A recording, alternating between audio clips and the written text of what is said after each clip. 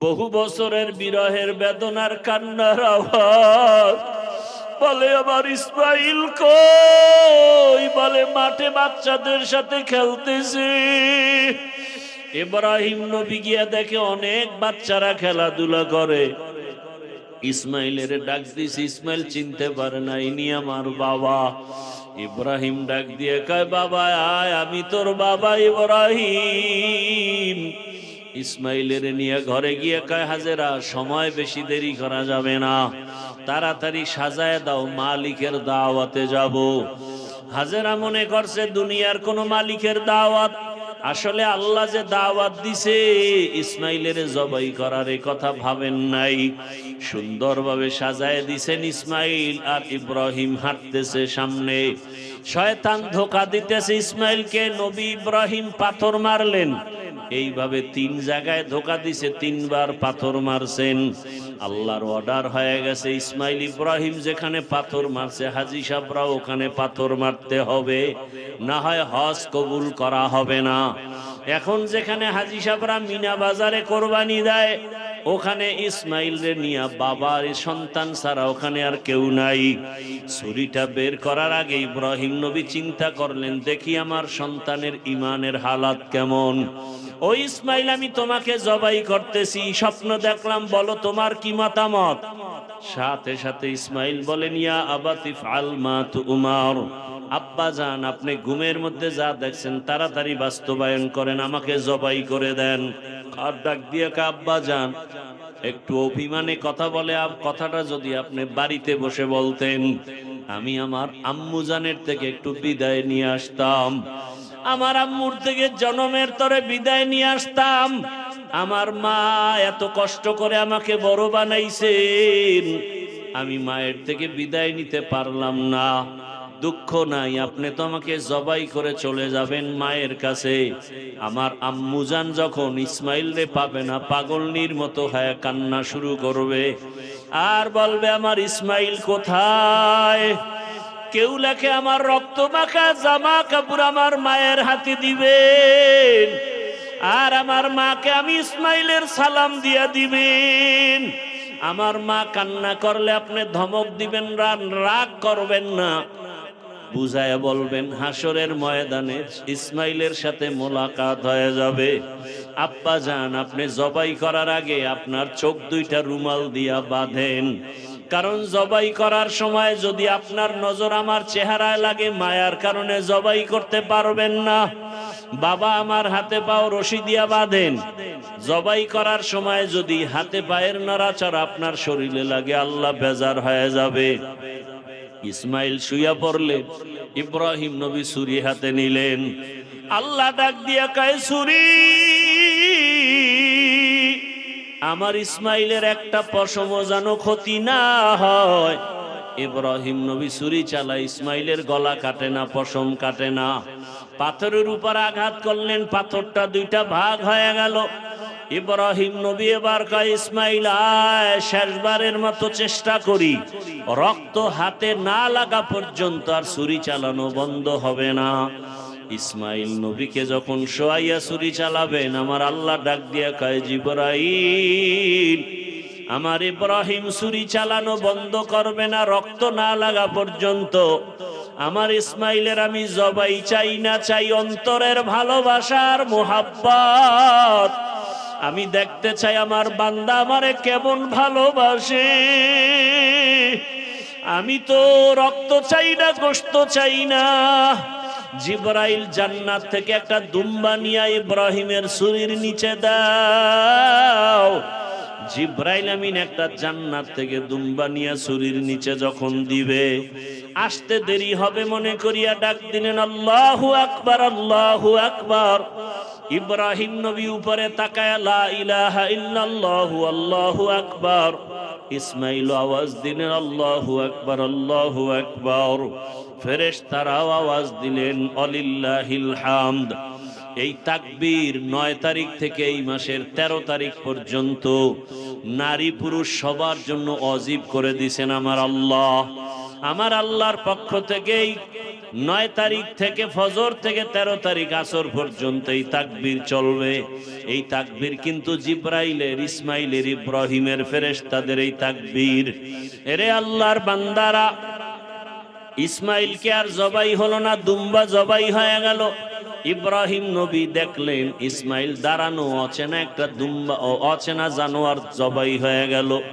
ইব্রাহিম নবী চোখের পানি ছেড়ে কাঁদলেন আর বললেন, ইসমাইল বুঝি আল্লাহ বেজার হয়ে গেল নাকি? আয় আর একবার দেখি। আল্লাহ ওহী নাজিল করে বলে, ইব্রাহিম না না না, আমি যে পরীক্ষা নিছি ওই পরীক্ষায় তুমি পাস।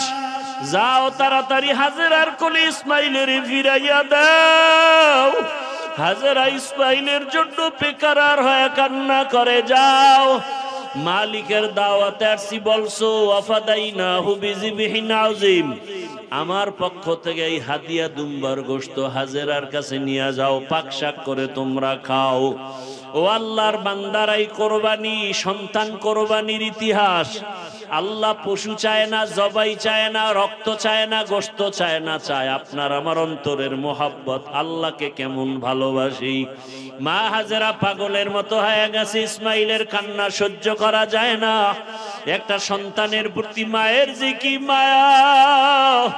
ও আমার সন্তানেরা, ওই মা যার দুনিয়াতে নাই, সে বুঝে মা কেমন রত্ন।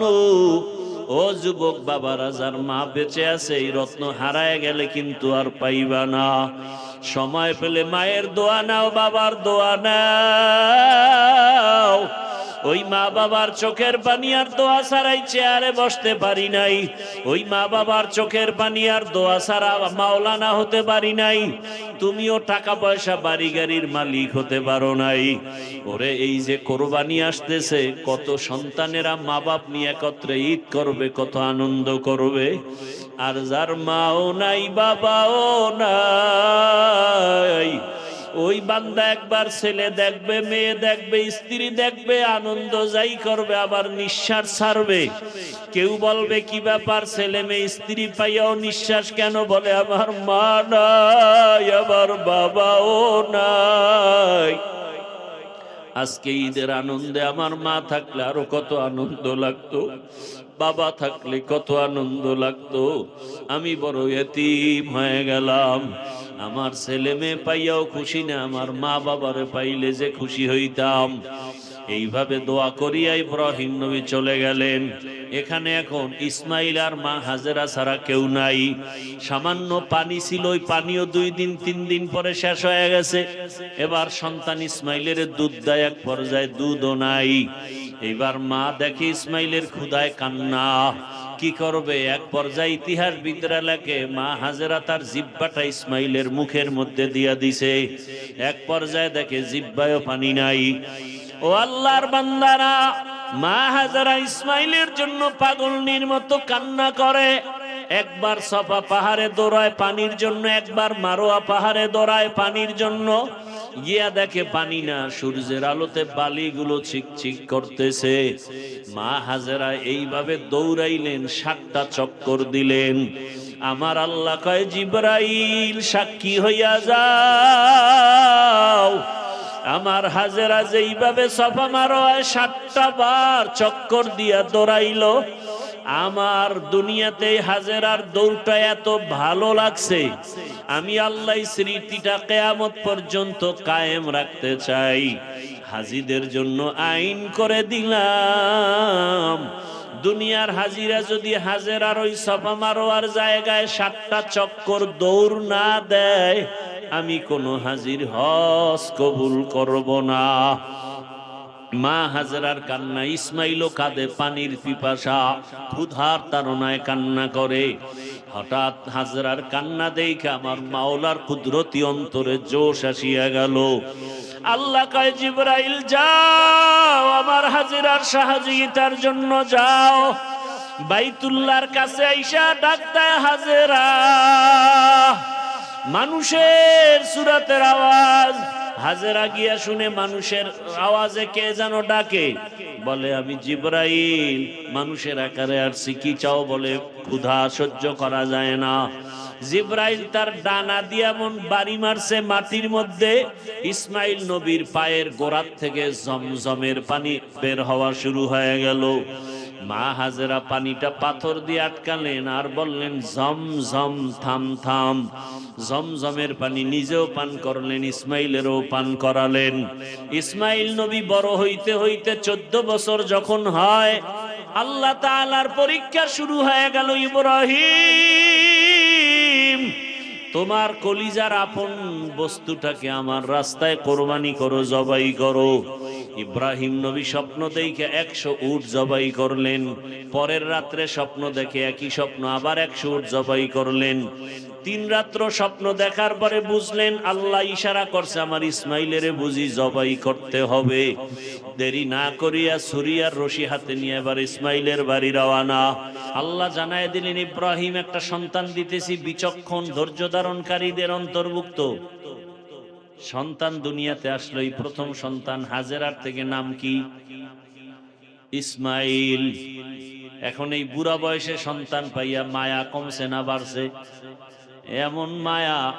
আল্লাহ কয়, ইব্রাহিম, আমার মায়ার মাঝখানে তোমার সন্তান বাধা হবে, এটা আমি মানতে পারবো না।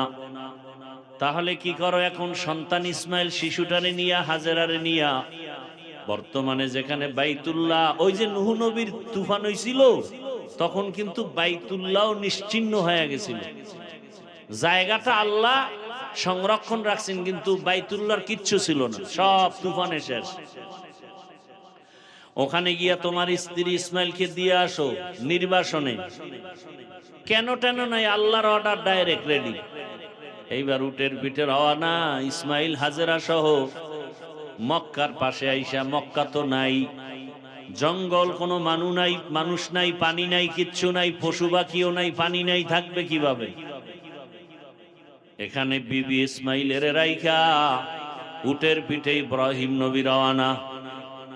যখন ইব্রাহিম নবী কিছু না বইলা যাইতেছেন, মা হাজেরা ইসমাইলকে কোলে নিয়ে বা শোয়াইয়া থুইয়া একটা দৌড় দিয়া কয়, স্বামী দাঁড়ান, এই গহীন জঙ্গল, মানুষ নাই, পানি নাই, কিছু নাই, খানা দানা নাই, এত নির্জন জঙ্গলে আমাদের রাইখা যাইতেছেন, কারণটা কি? আমার উপরে রাগ নাকি? বলে না।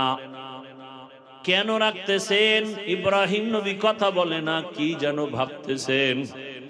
ইব্রাহিম নবীর অন্তরেও তো এই সন্তানের প্রতি অনেক মায়া। 80 বছরের উপরে যাই এই সন্তানটারে পাইছেন। মা হাজেরা কথা জিজ্ঞাসা করে, ইব্রাহিম নবী জবাব দেয় না। কোন কথা বললে আবার মাওলা বেজার হয়ে যাবে। একবার হাজেরা বলে, ও স্বামী, আপনি কি আমাদের এই নির্জন জঙ্গলে রাখতেছেন আল্লাহর হুকুম করছেন এই জন্য নাকি? ইব্রাহিম নবী ইশারায় মাথা নাড়ায় বলে, হ্যাঁ, মাওলার হুকুম। একথা বলা মাত্র মা হাজেরা চোখের পানি ছাড়িয়া কয়, স্বামী আমার, আল্লাহ যদি অর্ডার করে আর কোনো প্রশ্ন নাই, আপনি চলে যাবেন, আমার কোনো কথা নাই। তবে আপনার কাছে একটা দাবি, আমি হাজেরার খোঁজ খবর নেওয়ারও দরকার নাই। আপনি যদি মাঝে মাঝে সময় পান, শিশু ইসমাইলের আইসা দেখবেন, এলাকায় মানুষ নাই, পানি নাই, আমি মহিলা মানুষ, ইসমাইলের কেমনে নিয়ে বাঁচবো জানি না। আর রবের কাছে একটু দোয়া করবে, আল্লাহ যেন আমাদেরকে ভুলিয়া না যান। ঘটনাটা বলতে কেমন যেন, কিন্তু চিন্তা করলে বড় কঠিন অবস্থা। একটা সন্তান মাকে জঙ্গলে ফালাইয়া রাইখা, মানুষ নাই, পানি নাই, রেখে যাওয়া কত বড় কঠিন অবস্থা। আর সেই অবস্থাটা আবার স্ত্রী মেনে নেওয়া যে আরো কত কঠিন। এমন স্ত্রীও তো দুনিয়াতে নাই বললে চলে। আজকে স্ত্রী যদি স্বামীর অনুকূলে না থাকে, ওই স্বামী ইবাদত করতে পারে না, তাবলীগে যাইতে পারে না, আল্লাহ ওয়ালার দরবারে যাইতে পারে না। স্ত্রী যদি ভালো হয় তাহলে সবই সম্ভব। ইব্রাহিম নবী চলে যাচ্ছেন, মা হাজেরার চোখে পানি। আল্লাহকে ডাকেন আর বলেন, হে মালিক, এখানে আপনি ছাড়া কেউ নাই। ইব্রাহিম নবী উটের পিঠে উঠে পাহাড়ে উঠে নিচে নাইমা যখন ইব্রাহিম দেখলেন হাজেরাকেও দেখা যায় না, ইসমাইলেরও দেখা যায় না, নির্জনে কোনো কিছুই নাই, এখানে আমার মালিক আর আমি ইব্রাহিম। সাথে সাথে হাত উঠাইয়া দোয়া করা শুরু করলেন। ইব্রাহিম নবী দোয়া করতে শুরু করলেন, রব্বানা ইন্নী আসকানতু মিন যুররিয়াতি বিওয়াদিন গায়রি জি যারইন ইনদা বাইতিকাল মুহাররম রব্বানা লিয়ুকিমুস সালাতা ফাজআল আফইদাতাম মিনান নাসি তাহওয়ি ইলাইহিম ওয়ারযুকহুম মিনাস সামারাত লাআল্লাহুম ইয়াশকুরুন। ইব্রাহিম নবী দোয়া করলেন, হে আল্লাহ, আপনার হুকুম মানতে গিয়া এই বুড়া বয়সের আদরের সন্তানটাকেও জঙ্গলে ফালাইয়া আমার বিবি হাজেরাকেও ফালাইয়া যাইতেছি, ওদের কেউ নাই। আপনি কুদরতের দরজা খুলিয়া ওদের রিজিকের ব্যবস্থা করে দিয়েন। ফলের মাধ্যমে আয় আল্লাহ খানার ব্যবস্থা, বাসস্থানের ব্যবস্থা, মানুষের ব্যবস্থা করে দিয়েন। এইভাবে দোয়া করিয়া ইব্রাহিম নবী চলে গেলেন। এই যে কিছু কথা এতক্ষণ বললাম, এই কথাগুলো আগামী শুক্রবার যদি আপনাদের মসজিদে ইমাম সাহেব বা খতিব সাহেবরা বয়ান করে, এই সুদের ব্যাপারে, ঘুষের ব্যাপারে, ভোটের আগে টাকা খাইছেন কারা, এরকম যদি কিছু কয়, তো ইমাম সাহেবের হালাত কি হবে? সূর্য ডোবার পরে শুনবে শুধু গাইবি আওয়াজ, বলবে 1 মাসের ছুটি। ইমাম সাহেব বলবে কারণ কি? বলবে শিয়ালের হাতে মুরগি আমানত। শিয়ালের হাতে মুরগি, শিয়াল বুঝেন তো? কথা কয় না। শিয়ালের হাতে মুরগি রাখলে যা হবে, বেনামাজি আর সুদখোরের হাতে মাদ্রাসা মসজিদের চাবি দিলে তাই হবে। সুদখোর বেনামাজির হাতে মসজিদের চাবি কেন? পৃথিবীতে মসজিদ থেকে দামি কোনো জায়গা আছে? সেই জায়গার চাবি, সেই জায়গার দায়িত্ব, সেই জায়গার কমিটির মধ্যে সুদখোর আসবে কেন? ঘুষখোর আসবে কেন? সব আপনাদের দোষ। আপনারা টাকা খাইয়া এরপরে সুদখোরের পক্ষে গেছেন। নাহলে জনগণ এক লাইনে থাকলে একটা সুদখোরও পবিত্র আল্লাহর ঘরের সদস্য হতে পারত না। কমিটির লোকেরা রাজনীতি করে, দুর্নীতি করে, সব চলে। ইমাম সাহেব হালালটা করলেও চলে না। ইমাম নিরপেক্ষ থাকবে।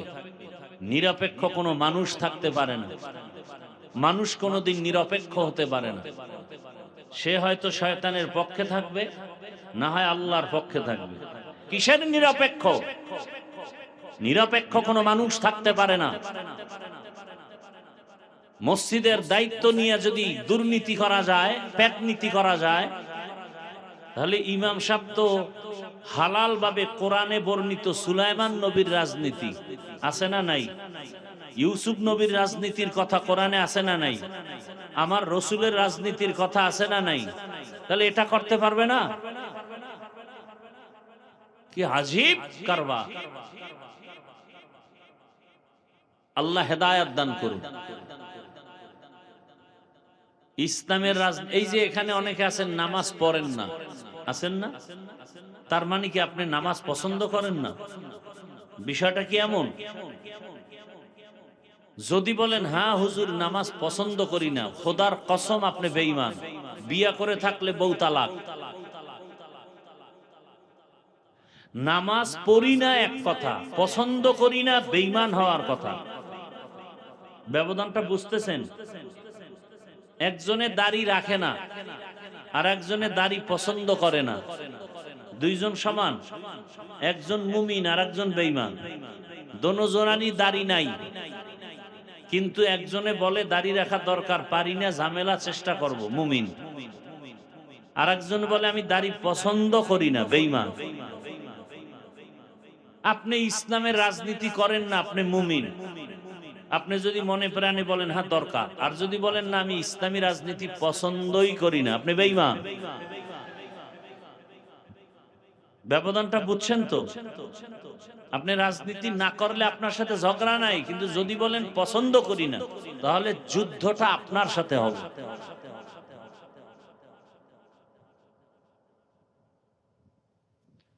আল্লাহ, তো আল্লাহকে বেজার করা যাবে না কেন? আল্লাহ স্বার্থপর না। যদি হইতেন তাহলে যারা আল্লাহর দেওয়া পানি, আল্লাহর দেওয়া বাতাস, আল্লাহর দেয়া সূর্যের আলো, চাঁদের আলো ভোগ করি আল্লাহকে মানে না। আল্লাহ যদি স্বার্থপর হইতেন ঘুমের মধ্যে ওদেরকে মেরে ফেলতেন। কি? আল্লাহ ঘুমের মধ্যে ওদেরকে মেরে ফেলতেন। আল্লাহ মেরে ফেলেন নাই। আল্লাহ পাক না মারিয়া বরং ডাকতেছেন গভীর রাতে, আয় আমার তওবার দরজায় ফিরে আয়। আমি আল্লাহর কাছে আইসা যদি বলো ইয়া রাব্বি গফিরলি, ও আমার রব আমারে মাফ করে দাও, তুই গুনাহ করছো, 1000 বছর পাহাড় পরিমাণ গুনাহ করেছো, আর আমি আল্লাহ তোকে মাফ করতে আমার বছর লাগবে না, মাত্র একটা মুহূর্ত সময়। আমি আল্লাহ তোর 100 বছরের গুনাহ 1 সেকেন্ডে মাফ করে দিব। আতিনা ফি দারে দুনিয়া না হাসান, আতিনা ফি দারে উকবা না হাসান, ইয়া গিয়াসাল মুস্তাগীসিন আহদিনা ইফতিখারা বিল উলুমে ওয়াল গিনা, হর গরিদে नेको तू तैयार है, जो न मांगे उससे तू बेजार है। আল্লাহকে বেজার করা যাবে না কেন? আল্লাহ স্বার্থপর নয়। আর দুনিয়াতে যাকে দেখি সব স্বার্থপর, পীর সাহেবও স্বার্থপর, মুরিদেও স্বার্থপর, ঠিক নেই? এমন একজন পীর আছে যার স্বার্থ নাই? আছে? সব পীর স্বার্থপর। কিছু কিছু পীরের খবর তো এমনও জানি যে মুরিদেরটা খাইয়া বিশাল বড় পেট বানাইছে, পানির ট্যাঙ্কি, বাড়ি গাড়ি বানায় ফেলছে। এক পিসাবে তো ঘোষণাই দিছে একটা হোটেল করবে, একটা রুম কইরা দিতে পারলে সে বিনা হিসাবে জান্নাতে নিয়ে যাবে পিসাব। এমন পীর আমাদের দেশে যেমন হক আছে, তার থেকে 10 গুণ আছে ভণ্ড। এর দরবারেও মানুষ কম না বেশি? হ্যাঁ, রাসূল বলছেন সাবধান, অনেক লোক হওয়া এটা হকের পরিচয় না। এই ওয়াজে অনেক লোক হইছে, এই জন্য এই ওয়াজটা কামিয়াব হইছে না। ফজরের নামাজে মসজিদে লোক বেশি হইলে ওয়াজ কামিয়াব।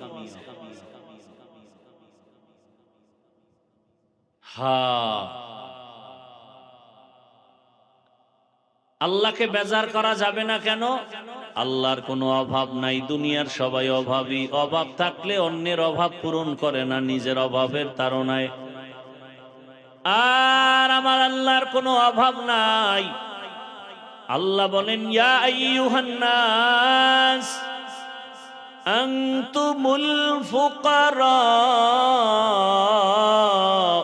ইলাল্লাহ ওয়াল্লাহু হুয়াল গনিয়্যুল হামিদ।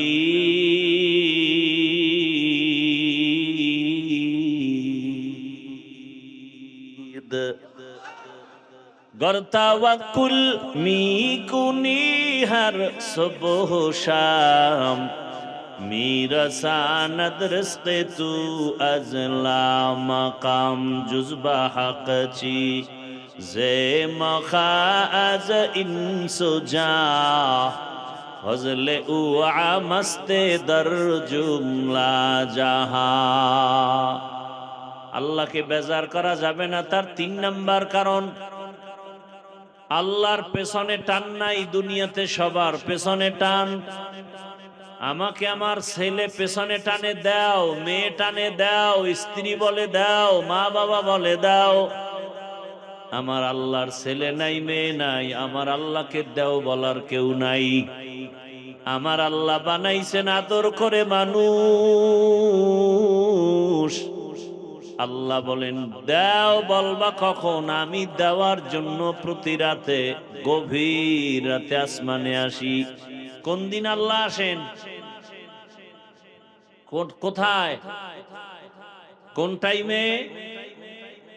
অতিও গভীর হয় রজনী যখন, নীরবে প্রভুর নাম জপিও তখন।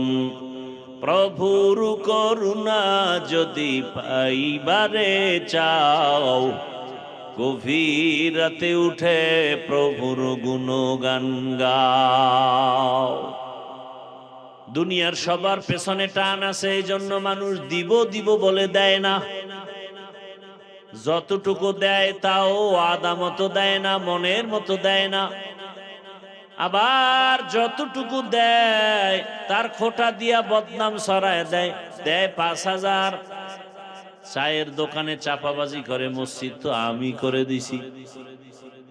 ৫০,০০০ দান কইরা চাপাবাজি করে, মাদ্রাসা তো আমার। আর আল্লাহ কেমন ধনী? আল্লাহ বলেন আমি এমন ধনী যে প্রশংসিত ধনী। আমি আল্লাহ দেওয়ার জন্য পাগল। দুনিয়াতে কোনো ধনী নাই যে দিতে চায়।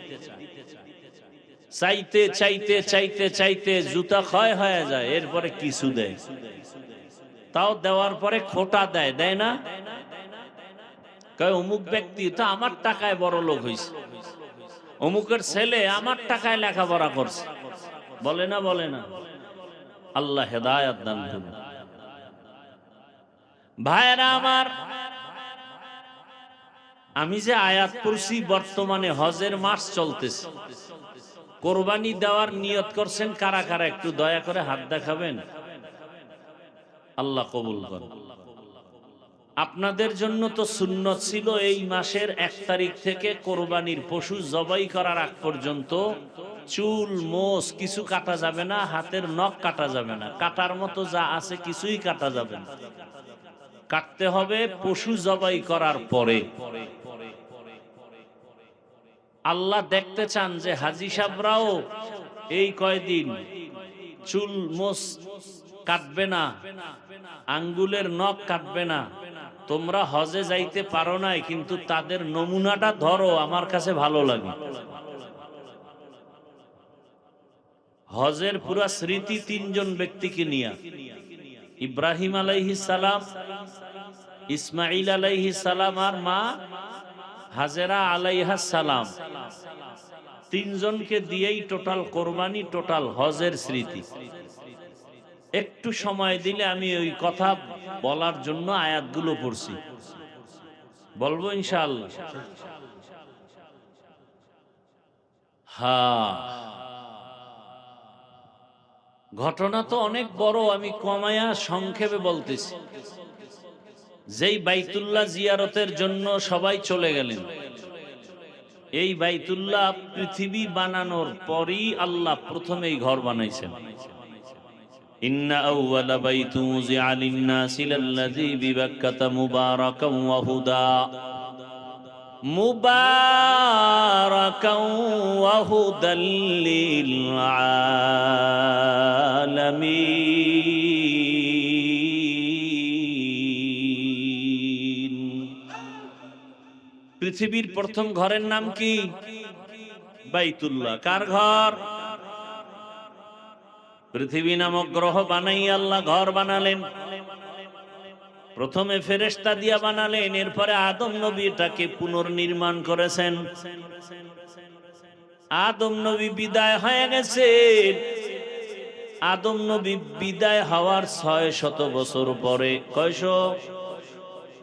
এই জমিনে শয়তান মানুষের মূর্তি পূজায় ঢুকায় দিল, মূর্তি পূজা করো। শয়তানে পুরা মানুষের মূর্তি পূজায় ঢুকায় দিল। মনে আছে শুরুর কথা? আল্লাহর সাথে জুলুমের নাম কি? শিরিক। আর শিরিকের মধ্যে বড় শিরিক কি? মূর্তি পূজা। সন্তানের হাতে বুঝ হওয়ার আগেই পুতুল দিয়ে দিছেন, মানে আগের থেকেই যেন ট্রেনিং হয়ে যায় মূর্তির প্রতি ভালোবাসা। আফসোস, ঘরের আলমারির মধ্যে সুকেসের মধ্যে কেন বাঘ ভাল্লুকের ছবি, তাও আবার ভিতরে রাখে না, সামনের রুমে রাখছে। আমরা যেন ঢুকলেই দেখি যে এই লোকটা আল্লাহর দুশ্মন, আমরা ঢুকেই যেন টের পাই। আবার কেউ ছবি টানায়, হ্যাঁ, এক আয়নায় বাধাই করে ছবি টানায়, বউয়ের ছবি, মাইয়া পোলার ছবি। আরে ভাই, আপনার ছবি তো করা হারাম, এরপরে যদি বউর ছবি আবার দরজায় টানায় মানুষের দেখেন, আপনার লজ্জা শরম আছে? আপনার বিবি আরেকজন দেখবে কেন? ওটা কি বাজার দরে কিনছেন নাকি? যে সাইজে গুইজে আপনার কাছে থাকে না, মানুষের দেখায় চেহারা। স্বামীর জন্য সাজে না, সাজে বেগানার জন্য। স্বামীও কিছু কয় না। যখন বন্ধু আইসা কয়, হ্যাঁ বন্ধু একটা পাইছো, দানা কাটা ভরি, কিছুদিন পরে শুনে সেই বন্ধুই ডানা কাটা ভরিরে নিয়ে হিজরত করেছে। আছে না নাই? আকাম চলতেছে। আকাম চলার কারণ কি? বেপর্দা। কি বেপর্দা? আল্লাহ হেদায়াত দান করুন। এই যে অনেক বাবারা ছেলে সুন্দর কণ্ঠল আছে না, পাগল হয়ে যায়, প্রতিযোগিতায় পাঠাবে, মানুষে দেখবে কি সুন্দর কণ্ঠ, একজনে একটা আকাম করে দিবে, কণ্ঠ শেষ শেষ। অথচ উচিতে কণ্ঠকে গোপন রাখবেন, ভবিষ্যতে কাজে লাগাবে। খালি বদনজর লাগলেই তো একটা মানুষ শুকাইয়া কাঠ হয়ে যায়। মানুষের বদনজর বড় মারাত্মক। আপনি খানা খাইতেছেন, আর একজনে বদনজর দিবে, খানাটা পেটে যাওয়া মাত্র ডায়রিয়া শুরু হয়ে যায়। বড় কঠিন হালাত। শুধু কি মানুষের বদনজর, জিনের বদনজর আছে। এজন্য হাদিস শরীফে আল্লাহ রসুল বলছেন, সন্ধ্যা হলে কাপড় চুপড় ঘরে ঢুকাও, বিশেষ করে কোনো মেয়েদের কাপড় যেন বাইরে না থাকে, কারণ ওই টাইমে শয়তান ঘুরে চতুর্মুখী। বিসমিল্লাহ বলে দরজা নক করো, লক করে দাও, প্রয়োজন হলে পরে আবার খুলো।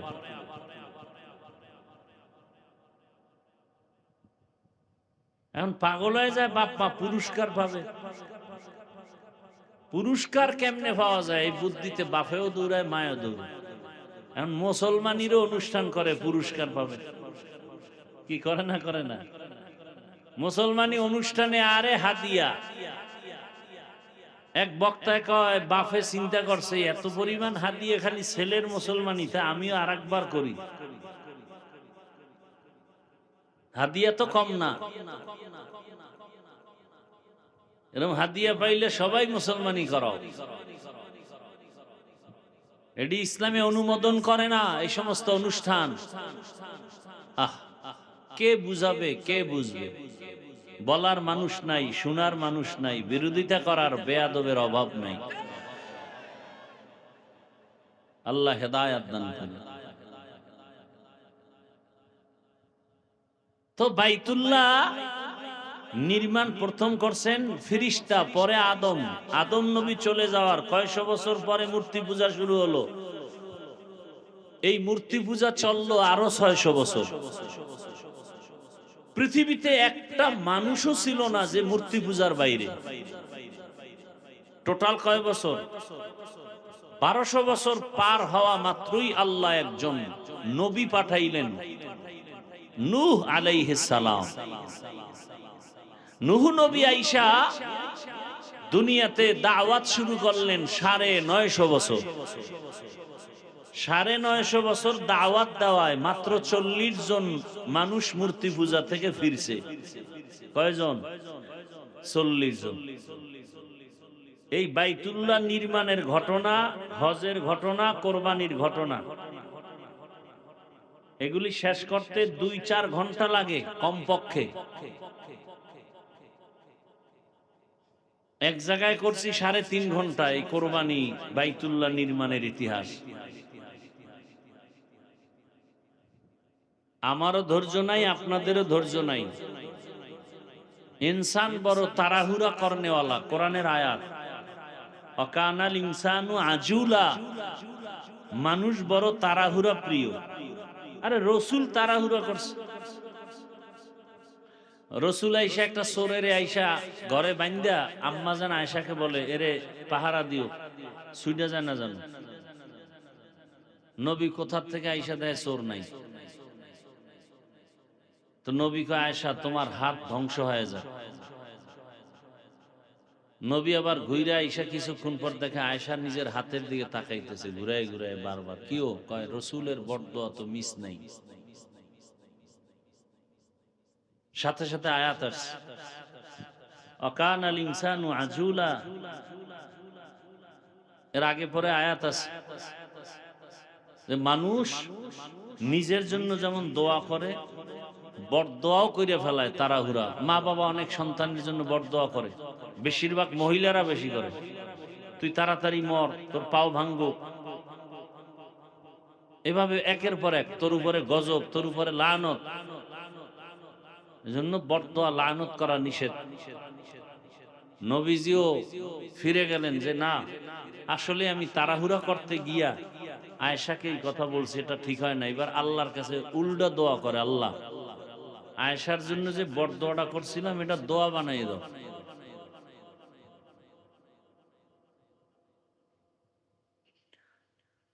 নূহ আলাইহিস সালাম 950 বছর দাওয়াতি কাজ করার মাধ্যমে কতজন মানুষ ইসলামে আসলো আল্লাহর ইবাদতে? 40 জন আসার পরে আল্লাহ নোটিশ দিয়ে দিলেন, নূহ আর যত বছর দাওয়াত দাও, একটা লোক আর দিনের পথে মূর্তি পূজা ছাড়বে। নূহ নবী কয়, যদি এটা ফাইনালি হয় তাহলে সবটি মাইরাই ভালো, রাইখা লাভ কি? আল্লাহ তাআলা সে আয়াত কোরআনে দিয়ে দিলেন নূহ নবীর দোয়া। وقال نوح رب لا تذر على الأرض من الكافرين ديارا إنك إن تذرهم يضلوا عبادك ولا يلدوا إلا فاجرا كفارا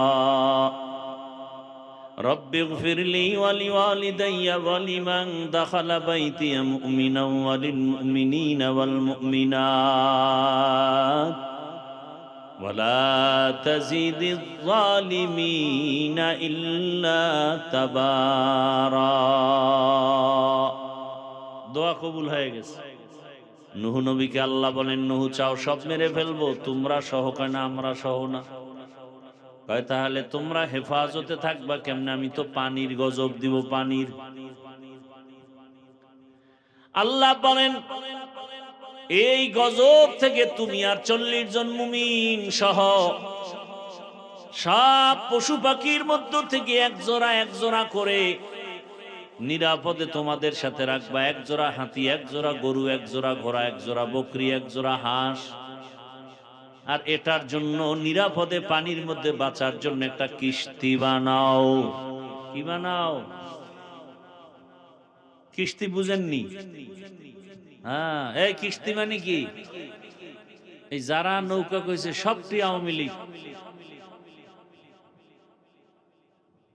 হ্যাঁ, এই সময় আওয়ামী লীগ ছিল। আচ্ছা বলেন তো, এক জোড়া হাতি আর 40 জন মানুষ যদি একটা বাহনে ওঠে, এটা নৌকায় উঠলে, নৌকা আছে দুনিয়ায় কোনো থাকবে? মেয়াদ 10-15 জন উঠলেই তো নৌকা ডুবে ডুবে। এই খারাপ, সোজা খারাপ, লইরো না লইরো না, এর মধ্যে পড়ছে 2টা পানির ভিতরে। তাহলে এটা কি নৌকা হবে না জাহাজ হবে? জাহাজ কি একতলা হয় না কয়েকতলা? ঠিক নূহ নবীর কিস্তিও কয়েকতলা হয়েছে। নিচতলায় ছিল মানুষ, উপরে পশু পাখি। একজোড়া হাতি, একজোড়া বানর, একজোড়া হাঁস, একজোড়া মুরগি, একজোড়া ঘোড়া, একজোড়া গরু, একজোড়া বাঘ, একজোড়া সিংহ, এইভাবে জোড়ায় জোড়ায় সব লইয়া 40 দিন সব কিস্তিতে উঠলেন। পানি বন্যা শুরু হলো, এক টানা 40 দিন বৃষ্টি, আর নিচের পানিও বাড়তেছে, উপরের পানিও বাড়তেছে। পয়গম্বর নূহ নবীর এক সন্তান কেনান, সে কিস্তিতে উঠে নাই। সে বলে আমি পাহাড়ের উপরে উঠা নিরাপদে থাকবো। 40 দিন পানি, এত পরিমাণ বৃষ্টি হলো, বাড়তে বাড়তে পাহাড়ের চূড়ায় পানি চলে গেছে। কেনান মারা গেছে পানিতে। 40 দিন পরে পানি থেমে গেল। জমিনের অবস্থা এমন হলো যে কিচ্ছু নাই, কিচ্ছু নাই, পুরা সমান একটা জমিন, কোনো মানুষ নাই, সব শেষ। 40 দিন বৃষ্টি, বৃষ্টি রহমত, অতিবৃষ্টি গজব, বৃষ্টি রহমত, অনাবৃষ্টি গজব। নতুন করে তারা নামলেন। নূহ নবীর সাথে তার 3টা সন্তানও ছিল, সাম, হাম, ইয়াফাস। এক সন্তান তো পানিতে গেল গিয়া, আর কয় সন্তান আছে? সাম, হাম, ইয়াফাস। এই 3 সন্তান দিয়া পৃথিবীটাকে নতুন করে আবার আবাদ করা হলো। এর আগে কোনো মানুষ কিন্তু সব শেষ তুফানে। নতুন করে আবার মানুষের বসবাস শুরু হলো, সংসার শুরু হলো এই 3 সন্তানের মাধ্যমে। এই 3 সন্তান মিলে তখন একটা শহর নির্মাণ করেছিল ইরাকের অন্তর্গত, কোরআনের ভাষায় বর্তমান ওই শহরের নাম শহরে বাবেল। ওই শহরে এক জালেমের জন্ম হয়েছিল, জালেমের নাম নমরুদ। এই নমরুদা এক রাত্রে স্বপ্ন দেখে, ঘটনা কিন্তু অনেক বড়, আমি খুব সংক্ষেপ বলছি। নমরুদ স্বপ্ন দেখে একটা আগুন উঠা বাবেল শহর সব ধ্বংস করে দিছে। ভয়ে কাঁপতে কাঁপতে উঠা গণকদের ডাকছে, এই গণকেরা ভাগ্য গণনা কর। কি দেখলাম? কয় শনি, শনি তোমার খোদাগিরি ধ্বংস করার জন্য একটা আগুনের পাওয়ার নিয়ে একটা পুত্র সন্তান আসবে, ভবিষ্যৎ নবী, নাম ইব্রাহিম। নমরুদ কয় সন্তানটা কি মায়ের গর্ভে আছে? কয় না। দুনিয়াতে আসছে? বলে আসে নাই। গর্ভেও নাই? না। নমরুদ আইন করলো, স্বামী স্ত্রী এক জায়গায় ঘুমাতে দিও না, ঘুমাইলে সন্তান নিতে পারবে না, নিলেও ছেলে হতে পারবে না। যদি হইয়া যায় তরবারি রেডি, সাথে সাথে কল্লা ফেলে দিবা। এটাকে বলে বার্থ কন্ট্রোল, জন্ম নিয়ন্ত্রণ ইসলামে হারাম। জন্ম নিয়ন্ত্রণ ইসলামে হারাম। এ বিষয়ে আবার বয়ান করলে 1-1.5 ঘন্টা চলে যাবে। জন্ম নিয়ন্ত্রণ কি? জন্ম নিয়ন্ত্রণ কেন? জন্ম নিয়ন্ত্রণ কিভাবে? জন্ম নিয়ন্ত্রণ হালাল না হারাম? এই জন্ম নিয়ন্ত্রণ কারা করে, কেন করে? একটা কথা জেনে রাখবেন, জন্ম নিয়ন্ত্রণের ঔষধ বানাইছে বেঈমানেরা, খাওয়ায় মুসলমানের, ওরা খায় না। কেন? মূলত ওরা চায় মুসলমানের সংখ্যা কমে যাক। সংখ্যা কমানো বাড়ানোর মালিক কে? স্লোগান দেয়, ছেলে হোক মেয়ে হোক দুটোর বেশি নয়, একটা হলে ভালো হয়, না হইলে আরো ভালো। সেদিন থেকে আমার আল্লাহর কুদরতের চাবি শুরু হয়ে গেছে। একসাথে 4 সন্তান, 6 সন্তান। মাও সুস্থ, সন্তানও সুস্থ, না খাইয়াও কেউ মরে নাই। জন্ম নিয়ন্ত্রণ এই বেঈমানেরা কেন করে? আমাগো চোখে ধুলা দিয়া কয় সমস্যা 2টা, থাকবে কই জায়গা কম, খাবে কি রিজিক কম। আল্লাহ কয়, এই বেঈমান, এই দোনোটার চাবি তো আমার হাতে। আমি যদি পিপিলিকারে খাওয়াই, কে খাওয়ায়? জঙ্গলের প্রাণীর খানা কে দেন? উড়ন্ত পাখির খানা কে দেন? সে আল্লাহ আমগো দিবেন না? আর কি বুঝার জন্য দরকার? নদীর মধ্যে হাজারো ধরনের মাছ কে খাওয়ায়? পিপিলিকার খানা আল্লাহ দিন আমগো দিবেন না? আমরা তো আরো দামি। যাই হোক, পৃথিবীর ইতিহাসে জন্ম নিয়ন্ত্রণের আইন শুরু করলো কে? কে? নমরুদ। আর এই আইন বাস্তবায়ন করার জন্য ডাইরেক্টর বানাইলো ইব্রাহিম নবীর বাবা আজরকে। আল্লাহ বলেন যেখানে বাঘের ভয় সেখানে আজরের ঘর, ডাইরেক্টরের ঘরেই আল্লাহর সিদ্ধান্ত ইব্রাহিমকে পাঠাবেন, পাঠাইয়েই দিলেন। ওই রাত্রেই মা গোপনে ইব্রাহিমকে জঙ্গলে রাখছেন, পাহাড়ে ফাঁকে ফাঁকে গিয়ে দেখেন। ইতিহাসবিদরা অনেক কিছু লেখেন যেগুলো ডাইরেক্ট হাদিসেও পাওয়া যায় না, কোরআনেও। ওই একটু পাইছে, ওর সাথে মিলাইয়া আরো কিছু লেখেন ঐতিহাসিকরা। কি লেখছেন? কয় মা ইব্রাহিম নবীর মা ওই পাহাড়ে রাইখা এরপরে আল্লাহ জিব্রাইল পাঠাইছেন, 2 আঙ্গুল শাহাদাতার এই আঙ্গুলটা মুখে দিছেন, এক আঙ্গুল থেকে মধু আর এক আঙ্গুল থেকে দুধ বের হওয়া শুরু হয়েছে। এভাবে বড় হয় ইব্রাহিম নবী, বড় হতে লাগলেন আর আল্লাহর পরিচয় নিলেন। এই আসমানকে বানাইছেন তার পরিচয় নিলেন, জমিনের দিকে তাকায়া পরিচয় নিলেন, সূর্যের দিকে তাকায়া পরিচয় নিলেন। নিতে নিতে এক পর্যায়ে ইব্রাহিম নবী ভাবলেন, আমার বাপ দাদার ধর্ম তো সব ভ্রান্ত, মূর্তি পূজার ধর্ম, সব কি মূর্তি পূজা। বাবাকে একদিন বলে ফেললেন, আত্তাখিযু আসনামান আলিহা, এরে বাবা, নিজের হাতে খোদা বানাইয়া ইডারে আবার খোদা মানেন, আবার ফল দেন, দুধ কলা দেন, আমনের খোদায় খাবে দূরের কথা, মশা মাছিতে খায় তাও ফিরাইতে না। আজর বলল, তুমি আমার থেকে বেশি বুঝো, তো ভালো না খবর। খবর যাইতে যাইতে নমরুদের কাছে বেঈমান জালেমদের একটা কাজ হলো, কথায় না পারলে এবার মেরে ফেলার চক্রান্ত করে। এটা জালেমদের একটা চরিত্র। এবার ইব্রাহিমের প্রশ্ন করে, আটকাইতে পারে না। নমরুদ সিদ্ধান্ত নিল, অগ্নিকুণ্ড সাজায় ইব্রাহিমকে এখানে মেরে ফেল। অগ্নিকুণ্ড সাজাইয়া, বিশাল অগ্নিকুণ্ড ইব্রাহিম নবীর রশির সাথে গাছের সাথে লাগাইয়া যখন ফালাবে, ঘুরায় ঘুরায় গাছের আগায় রশি লাগায় ঘুরাইয়া ফালাবে, কিন্তু রশি লড়ে না, ইব্রাহিম নড়ে না।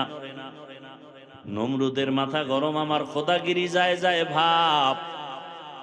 ইবলিস আইসা বলে, কোনো টেনশন নাই, এই নমরুদ, আমার বুদ্ধি নাও, জীবনে কোনোদিন এই ধোঁকাবাজি বন্ধ হবে না। তোমার মাস্তানিও চলবে যদি আমার আকামের বুদ্ধিগুলো নিতে পারো। এই মুহূর্তে তুমি ইব্রাহিম রে হাজার মানুষ কেন লাখ লাখ মানুষ ধরে টানলেও পার ফালাইতে পারবা না, কারণ লক্ষ লক্ষ ফেরেশতারা ইব্রাহিমের রশি ধরে রাখছে। এই মুহূর্তে যদি ফেরেশতাদের দূর সরাইতে পারো তাহলে আগুনে ফেলতে পারবা। ফেরেশতাদেরকে দূরে সরাবার জন্য এই মুহূর্তে ইব্রাহিম রে উলঙ্গ বানায়া দাও, তাহলে রহমতের ফেরেশতা অটোমেটিক চলে যাবে। অথবা ইতিহাসবিদরা বলেন, শয়তান পরামর্শ দিছে, এই মুহূর্তে যদি যুবক যুবতীদের দিয়া উলঙ্গ নাচ গান করাও, তাহলেও আমার ইব্রাহিম রে উলঙ্গ করার আগে জান্নাতি একটা পোশাক নিয়ে পরায়া দাও। ওই জান্নাতি পোশাক পরায়া দিলেন আর আগুনকে নোটিশ করলেন, কুলনা ইয়া নারু কুনি বারদাও ওয়া সালামান আলা ইব্রাহিম, কে লুতুফে খেশেরা ইজহারে কর, বাখলিল আসনারে রাগল জারে কর। এই আগুন ঠান্ডা হয়ে যাও।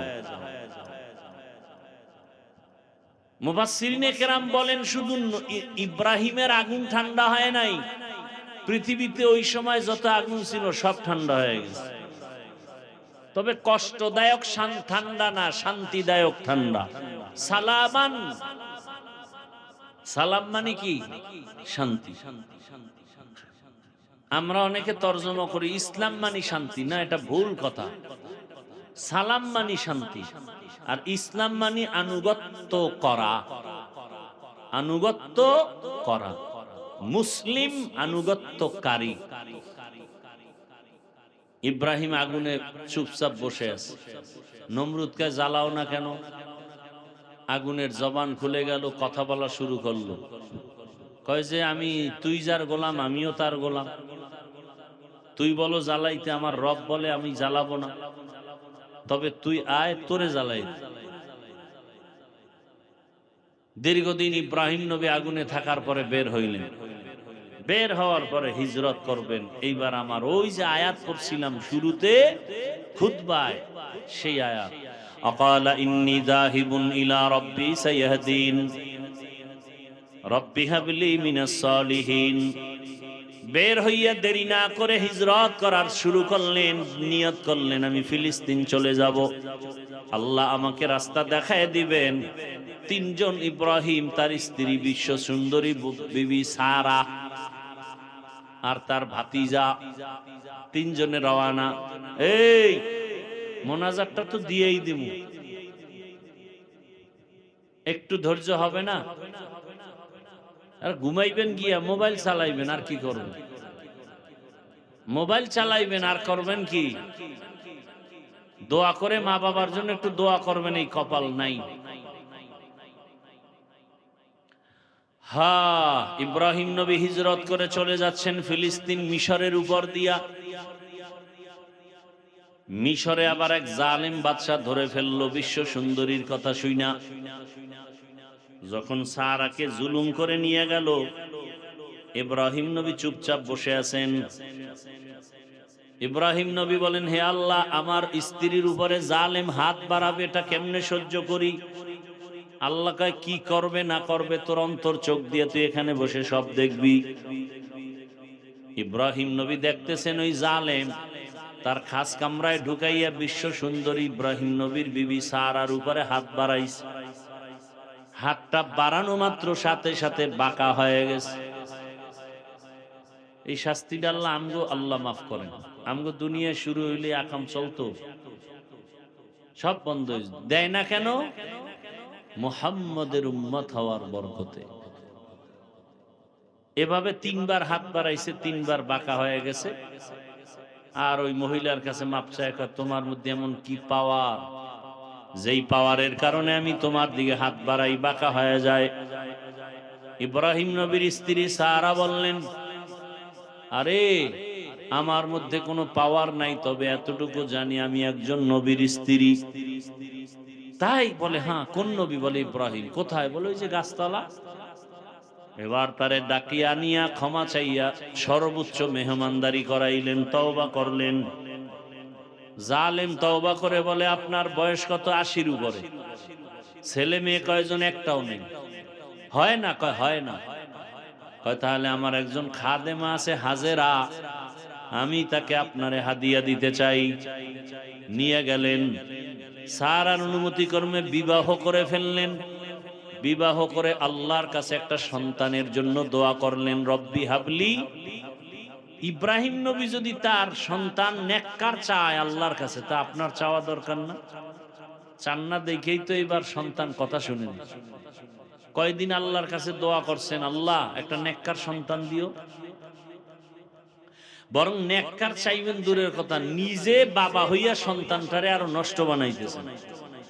মোবাইল হাতে তুইলা দিছেন, রোজার মাসে রোজা রাখার কথা বলেন না, চেহারা নষ্ট হয়ে যাবে। কেমন বাপ আপনি? নামাজের জন্য ডাকেন না, জুমায় ডাকেন না, আলেম ওলামা আসলে তার দোয়া নিতে নেন না। তাহলে আপনি বাবা হইয়া সন্তানটাকে ধ্বংসের পথে নিয়ে গেলেন। আল্লাহ জানায় দিলেন, ইব্রাহিম একটা সন্তান দিতেছি, বিচক্ষণ ধৈর্য ধারণকারীদের অন্তর্ভুক্ত। সন্তান দুনিয়াতে আসলো, এই প্রথম সন্তান হাজেরার থেকে নাম কি? ইসমাইল। এখন এই বুড়া বয়সে সন্তান পাইয়া মায়া কমছে না বাড়ছে? এমন মায়া। আল্লাহ কয়, ইব্রাহিম, আমার মায়ার মাঝখানে তোমার সন্তান বাধা হবে, এটা আমি মানতে পারবো না। তাহলে কি করো এখন? সন্তান ইসমাইল শিশুটারে নিয়া, হাজেরারে নিয়া, বর্তমানে যেখানে বাইতুল্লাহ, ওই যে নূহ নবীর তুফান হইছিল তখন কিন্তু বাইতুল্লাহ নিশ্চিহ্ন হয়ে গেছিল।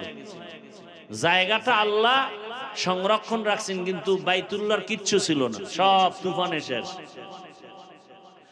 ওখানে গিয়া তোমার স্ত্রী ইসমাইলকে দিয়ে আসো নির্বাসনে। কেন টেন নাই, আল্লাহর অর্ডার ডাইরেক্ট রেডি। এইবার উটের পিঠে রওয়ানা ইসমাইল হাজেরা সহ মক্কার পাশে আইসা। মক্কা তো নাই, জঙ্গল, কোনো মানুষ নাই, পানি নাই, কিচ্ছু নাই, পশু পাখিও নাই, পানি নাই, থাকবে কিভাবে?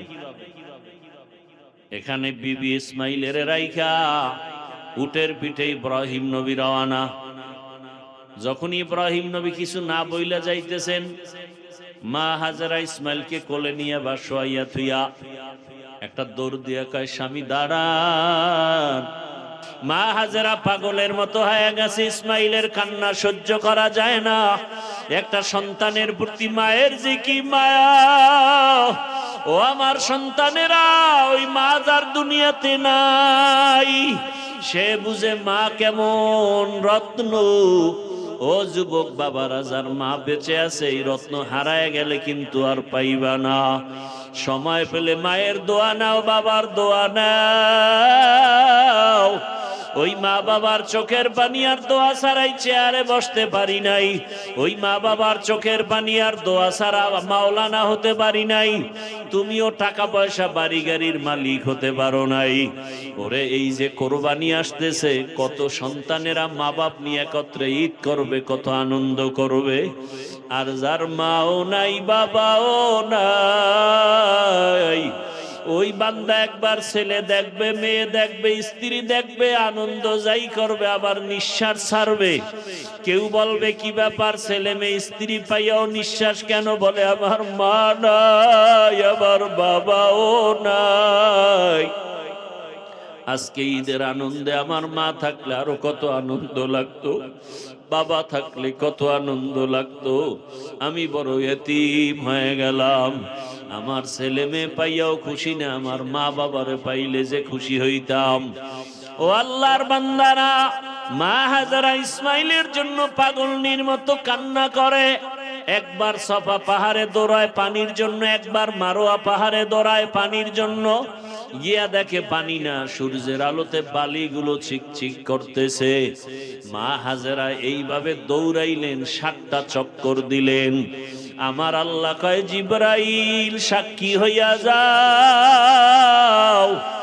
আমার হাজেরা যেইভাবে সফা মারোয়ায় 7টা বার চক্কর দিয়া দৌড়াইল, আমার দুনিয়াতে হাজেরার দৌড়টা এত ভালো লাগছে, আমি আল্লাহ স্মৃতিটা কিয়ামত পর্যন্ত কায়েম রাখতে চাই।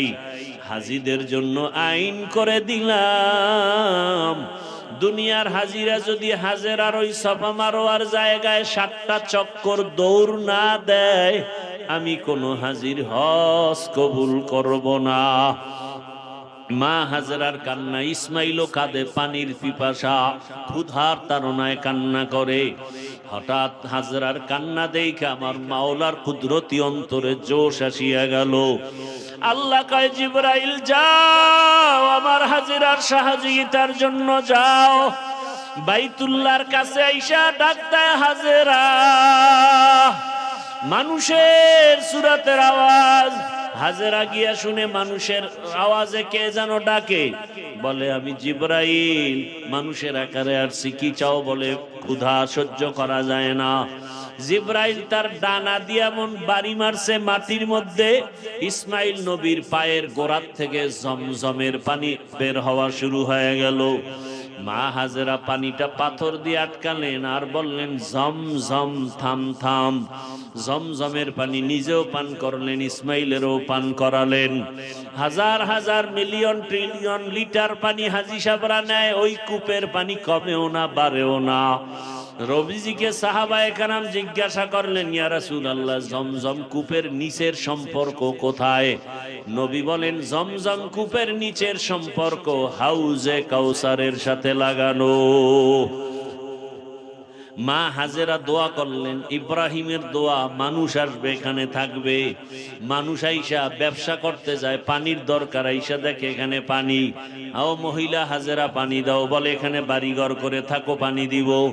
যখন তারা রাজি হয়ে গেল, বাড়িঘর উঠা শুরু হয়ে গেল, বসবাস শুরু হয়ে গেল। ইসমাইল নবী বড় হইতে হইতে 14 বছর যখন হয়, আল্লাহ তাআলার পরীক্ষা শুরু হয়ে গেল। ইব্রাহিম, তোমার কলিজার আপন বস্তুটাকে আমার রাস্তায় কোরবানি করো, জবাই করো। ইব্রাহিম নবী স্বপ্ন দেখে 100 উট জবাই করলেন। পরের রাত্রে স্বপ্ন দেখে একই স্বপ্ন, আবার 100 উট জবাই করলেন। 3 রাত্র স্বপ্ন দেখার পরে বুঝলেন আল্লাহ ইশারা করছে আমার ইসমাইলের বুঝি জবাই করতে হবে। দেরি না করিয়া ছুরিয়ার রশি হাতে নিয়ে এবার ইসমাইলের বাড়ি রওয়ানা। উঠের পিঠে মক্কা নগরীতে এসে দেখে মানুষ, অভাব নাই, বাড়ি ঘরের অভাব নাই। ইব্রাহিম ডাক দিয়া কয়, এখানে ইসমাইলের বাড়ি আছে কিনা বলো। খোঁজ নিয়ে দেখে একটা ভাঙা ঘর। দরজায় গিয়া সালাম দিছে, আসসালামু আলাইকুম ইয়া আহলাল বাইত। হাজেরা বের হয়ে দেখে পয়গম্বর ইব্রাহিম। বহু বছরের বিরহের বেদনার কান্নার আওয়াজ। বলে আমার ইসমাইল কই? বলে মাঠে বাচ্চাদের সাথে খেলতেছে। ইব্রাহিম নবী গিয়া দেখে অনেক বাচ্চারা খেলাধুলা করে। ইসমাইলের ডাক দিছে, ইসমাইল চিনতে পারে না, ইনি আমার বাবা। ইব্রাহিম ডাক দিয়ে কয়, বাবা আয়, আমি তোর বাবা ইব্রাহিম। ইসমাইলের নিয়ে ঘরে গিয়ে কয়, হাজেরা সময় বেশি দেরি করা যাবে না, তাড়াতাড়ি সাজায় দাও, মালিকের দাওয়াতে যাব। হাজেরা মনে করছে দুনিয়ার কোন মালিকের দাওয়াত। আসলে আল্লাহ যে দাওয়াত দিছে ইসমাইলের জবাই করার, এই কথা ভাবেন নাই। সুন্দরভাবে সাজায় দিছেন। ইসমাইল আর ইব্রাহিম হাঁটতেছে সামনে। শয়তান ধোঁকা দিতেছে ইসমাইলকে। নবী ইব্রাহিম পাথর মারলেন, এইভাবে 3 জায়গায় ধোঁকা দিছে, 3 বার পাথর মারছেন। আল্লাহর অর্ডার হয়ে গেছে, ইসমাইল ইব্রাহিম যেখানে পাথর মারছে হাজী সাহেবরাও ওখানে পাথর মারতে হবে, না হয় হজ কবুল করা হবে না। এখন যেখানে হাজী সাহেবরা মিনা বাজারে কোরবানি দেয়, ওখানে ইসমাইলরে নিয়া বাবার সন্তান ছাড়া ওখানে আর কেউ নাই। ছুরিটা বের করার আগে ইব্রাহিম নবী চিন্তা করলেন, দেখি আমার সন্তানের ইমানের হালাত কেমন। ইসমাইলকে ডাক দিয়া কয়, ইন্নী আরা ফিল মানামি আন্নী আযবাহুকা ফানজুর মাযা তারা।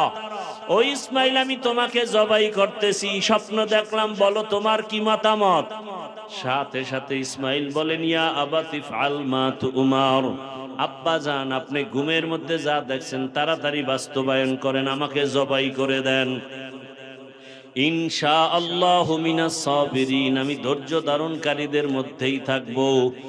এই কথা বইলা ইতিহাসবিদরা লেখেন, ইসমাইল একটু অভিনয়, একটু কান্না শুরু করছেন। আর ডাক দিয়ে আব্বা জান, একটু অভিমানে কথা বলে, কথাটা যদি আপনি বাড়িতে বসে বলতেন, আমি আমার আম্মু জানের থেকে একটু বিদায় নিয়ে আসতাম, আমার আম্মুর থেকে জনমের তরে বিদায় নিয়ে আসতাম। আমার মা এত কষ্ট করে আমাকে বড় বানাইছেন, আমি মায়ের থেকে বিদায় নিতে পারলাম না। দুঃখ নাই, আপনি তো আমাকে জবাই করে চলে যাবেন মায়ের কাছে। আমার আম্মুজান যখন ইসমাইল রে পাবে না, পাগলনির মতো হয়ে কান্না শুরু করবে আর বলবে, আমার ইসমাইল কোথায়? কেউ লেখে আমার রক্ত মাখা জামা কাপড় আমার মায়ের হাতে দিবেন, আর আমার মাকে আমি ইসমাইলের সালাম দিয়া দিবেন। আমার মা কান্না করলে আপনি ধমক দিবেন, রাগ করবেন না, বুঝায় বলবেন, হাসরের ময়দানে ইসমাইলের সাথে মোলাকাত হয়ে যাবে। আব্বা জান, আপনি জবাই করার আগে আপনার চোখ দুইটা রুমাল দিয়া বাঁধেন, কারণ জবাই করার সময় যদি আপনার নজর আমার চেহারায় লাগে, মায়ার কারণে জবাই করতে পারবেন না। বাবা, আমার হাতে পাও রশি দিয়া বাঁধেন। জবাই করার সময় যদি হাতে পায়ের নড়াচড়া আপনার শরীরে লাগে, আল্লাহ বেজার হয়ে যাবে। ইসমাইল শুইয়া পড়লে ইব্রাহিম নবী ছুরি হাতে নিলেন। আল্লাহ ডাক দিয়া কয় ছুরি, আমার ইসমাইলের একটা পশমও যেন ক্ষতি না হয়। ইব্রাহিম নবী ছুরি চালায়, ইসমাইলের গলা কাটে না, পশম কাটে না। পাথরের উপর আঘাত করলেন, পাথরটা দুইটা ভাগ হয়ে গেল। ইব্রাহিম নবী এবার কয় ইসমাইল আয়, শেষবারের মতো চেষ্টা করি, রক্ত হাতে না লাগা পর্যন্ত আর ছুরি চালানো বন্ধ হবে না। ইসমাইল নবীকে যখন শোয়াইয়া ছুরি চালাবেন, আমার আল্লাহ ডাক দিয়া কয় জিবরাইল, আমার ইব্রাহিম ছুরি চালানো বন্ধ করবে না রক্ত না লাগা পর্যন্ত। আমার ইসমাইলের আমি জবাই চাই না, চাই অন্তরের ভালোবাসার মোহাব্বত। আমি দেখতে চাই আমার বান্দা আমারে কেমন ভালোবাসে। আমি তো রক্ত চাই না, গোশত চাই না। জিবরাইল জান্নাত থেকে একটা দুম্বা নিয়ে ইব্রাহিমের ছুরির নিচে দাও। জিবরাইল আমিন একটা জান্নাত থেকে দুম্বা নিয়ে ছুরির নিচে যখন দিবে, আসতে দেরি হবে মনে করিয়া ডাক দিলেন আল্লাহু আকবার, আল্লাহু আকবার। ইব্রাহিম নবী উপরে তাকায় লা ইলাহা ইল্লাল্লাহু আল্লাহু আকবার। ইসমাইল আওয়াজ দিলেন আল্লাহু আকবার, আল্লাহু আকবার। ফেরেশতারাও আওয়াজ দিলেন অলিল্লাহিল হামদ। এই তাকবীর 9 তারিখ থেকে এই মাসের 13 তারিখ পর্যন্ত নারী পুরুষ সবার জন্য ওয়াজিব করে দিয়েছেন আমার আল্লাহ। আমার আল্লাহর পক্ষ থেকে 9 তারিখ থেকে ফজর থেকে 13 তারিখ আসর পর্যন্ত এই তাকবীর চলবে। এই তাকবীর কিন্তু জিবরাইলের, ইসমাইলের, ইব্রাহিমের, ফেরেশতাদের এই তাকবীর। এরে আল্লাহর বান্দারা, ইসমাইলকে আর জবাই হলো না, দুম্বা জবাই হয়ে গেল। ইব্রাহিম নবী দেখলেন ইসমাইল দাঁড়ানো, অচেনা একটা দুম্বা, অচেনা জানোয়ার জবাই হয়ে গেল। ইব্রাহিম নবী চোখের পানি ছেড়ে কাঁদলেন আর বললেন ইসমাইল বুঝি আল্লাহ বেজার হয়ে গেল নাকি, আয় আর একবার দেখি। আল্লাহ ওহী নাজিল করে বলে ইব্রাহিম না না না, আমি যে পরীক্ষা নিছি ওই পরীক্ষায় তুমি পাস। যাও তাড়াতাড়ি হাজেরার কোলে ইসমাইলের ফিরাইয়া দাও। হাজেরা ইসমাইলের জন্য বেকারার হয়ে কান্না করে। যাও, মালিকের দাওয়াতে আসছি বলছো, ওয়াফাদাইনাহু বিযিবহিন আযীম। আমার পক্ষ থেকে এই হাদিয়া দুম্বার গোশত হাজেরার কাছে নিয়ে যাও, পাকশাক করে তোমরা খাও। ও আল্লাহর বান্দারাই কোরবানি, সন্তান কোরবানির ইতিহাস। আল্লাহ পশু চায় না, জবাই চায় না, রক্ত চায় না, গোশত চায় না, চায় আপনার আমার অন্তরের মোহাব্বত। আল্লাহকে কেমন ভালোবাসি, বাইরা স্ত্রীকে ভালোবাসলাম, সন্তানকে, বাড়ি গাড়ি সব পাইলাম। আমারে যে বাড়ির মালিক, গাড়ির মালিক, ছেলে সন্তানের মালিক, সম্মানের মালিক বানাইলেন, ওই আল্লাহকে চিনতে পারলাম কিনা? ওই আল্লাহর মোহাব্বত অন্তরে জমা করতে পারলাম কিনা? এখনো আল্লাহর কাছে তওবা করেন, সামনে কোরবানির পরীক্ষা যেন আল্লাহর কাছে পাশ করতে পারি। আল্লাহ যেন কোরবানির পরীক্ষায় কামিয়াবি দান করেন। আল্লাহর মোহাব্বত অন্তরে জমা করিয়া ছেলের মায়া ছেড়ে দাও, দুনিয়ার মায়া ত্যাগ করে যারা এখনো নামাজ পড়তে পারো না, দাড়ি রাখতে পারো না রে বাবা, ও যুবকেরা, ও পর্দার আড়ালের মা বোনেরা, বৃদ্ধ বাবাজিরা, আল্লাহর কাছে তওবা করেন আর দাড়ি কাটবেন না, নামাজ ছাড়বেন না, বেপর্দায় চলবেন না। মা বোনেরা স্বামীর খেদমত করবেন, আল্লাহর হুকুম মতো চলবেন, মোবাইলে সময় নষ্ট করবেন না। সন্তানটাকে কোরআনওয়ালা, আদর্শওয়ালা, নামাজি, ডাক্তার, ইঞ্জিনিয়ার বানাবেন, জীবন ধন্য হবে। আল্লাহর কাছে দোয়া করেন আল্লাহ তার মুহাব্বত আমাদের সিনার মধ্যে ভরপুর দান করেন, আমিন। আলহামদুলিল্লাহি রাব্বিল আলামিন, ওয়াসসালাতু ওয়াসসালামু আলা সাইয়্যিদিল আমবিয়াই ওয়াল মুরসালিন ওয়া আলা আলিহি ওয়া আসহাবিহি আজমাইন। ইয়া আরহামার রাহিমিন, ইয়া আরহামার রাহিমিন, রব্বিরহামহুমা কামা রব্বায়ানি সগীরা, রব্বিরহামহুমা কামা রব্বায়ানি সগীরা। আল্লাহুম্মা ইন্নাকা আফুউন কারীম তুহিব্বুল আফওয়া ফা'ফু আন্না। আল্লাহুম্মা ইন্না নাউযু বিকা মিনাল বারাসি ওয়াল জুনুনি ওয়াল জুযামি ওয়া সাইয়্যিল আসকাম। আল্লাহুম্মা জাআলনি মিনাল মুস্তাজাবিনা লিদ-দাওয়াত। ও আল্লাহ, গুনার কারণে দিলটা শক্ত হয়ে গেছে, চোখে পানি নাই। আমার গুনার কারণে হাত না পাক, আমার চোখ না পাক, আমার জিহ্বা না পাক, আমার অন্তর না পাক। তওবার নিয়ত করেছি, আর গুনাহ করব না রে আল্লাহ। হাতের দ্বারা গুনাহ করব না, জবানের দ্বারা গুনাহ করব না, চোখের দ্বারা গুনাহ করব না, অন্তরের দ্বারা গুনাহ করব না, কানের দ্বারা পায়ের দ্বারা গুনাহ করব না। আয় আল্লাহ, আমাদের গুনাহগুলো মাফ করে দেন, এই মাহফিল কবুল করে নেন। আয়োজনকারী, দান সদকাকারী, সহযোগিতাকারীদের কবুল করে নেন। এলাকায় শান্তি দান করেন। মা বোনদের আবেদা পর্দাওয়ালা বানায় দেন, সন্তানগুলো নেককার বানায় দেন। আয় আল্লাহ, লেখাপড়া পরীক্ষার্থী যারা কামিয়াবি দান করেন। আমার কলিজার যুবকদের দিনের খাদেম, নামাজি বানায় দেন। মোবাইলের গুনাহ থেকে আমাদের হেফাজত করেন। 5 ওয়াক্ত নামাজি বানায় দেন। আপনার খাস ওলিদের বন্ধু বানায় দেন। আয় আল্লাহ, গুনাহমুক্ত জীবন দান করেন। আপনার ঘর